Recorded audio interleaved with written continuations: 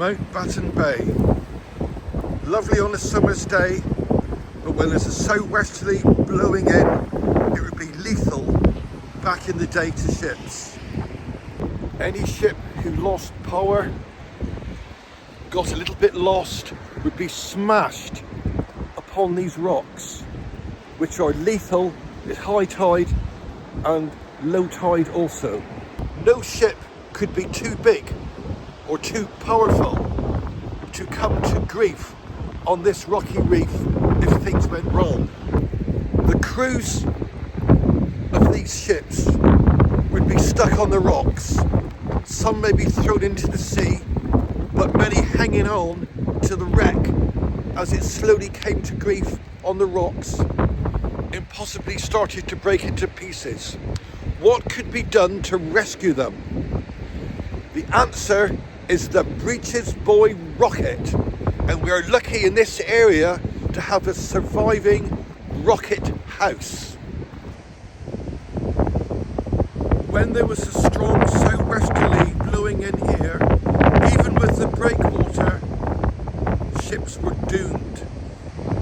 The only help would be the rocket house. We're leaving Mountbatten now, and we're heading up to the rocket house, which is at HOOE. We are now coming up to Fort Stamford, and on the left we will see the rocket house.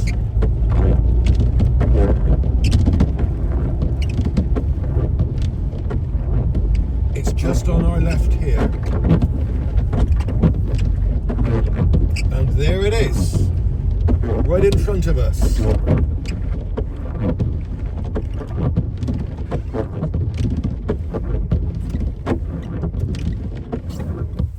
And here we have it, the rocket house, now a base for the Coast Guard, but at the time this is where the rocket apparatus would have been stored.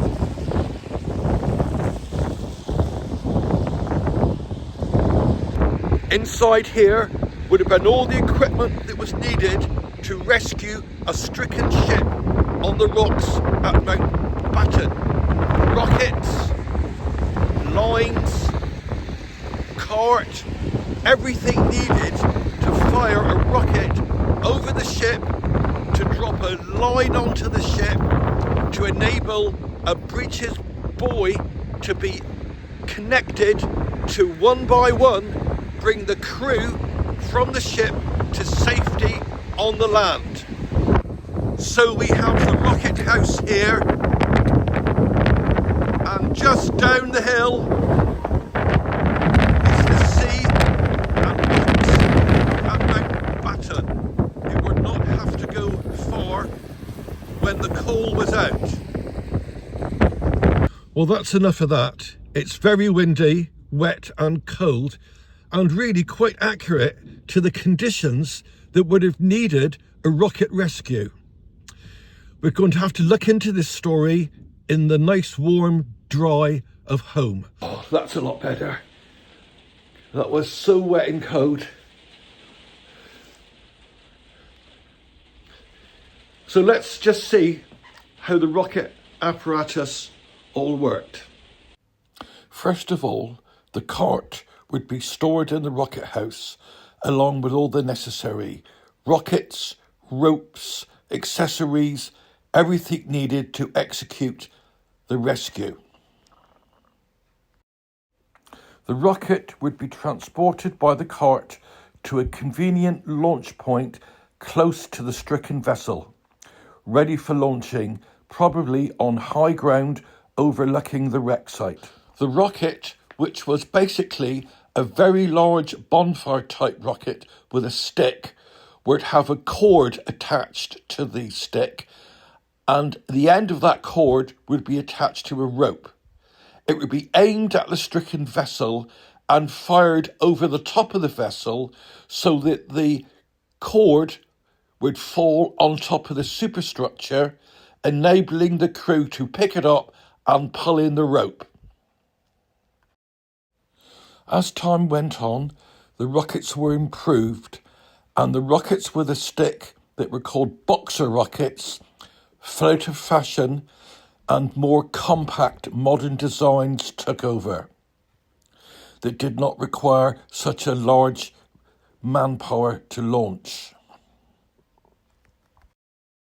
Here we see a rocket being fired at a stricken ship, pulling out the line behind it.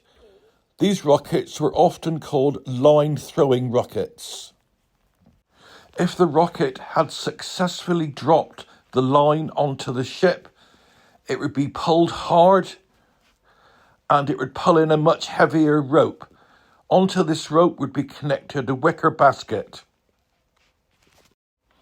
The crew could then be winched ashore one by one to safety. Much practice was required to get this all to work, and up until recent times you could see on many headlands a replica mast for the rocket crews to practice on. This one being at Rame Head until comparatively few years ago. So if any of you have a rocket on bonfire night, there's a lot more history and interest in a rocket with a stick than you might think. It's not always just for fun. Rockets with sticks saved lives. Mango looks interested, so she can listen as well.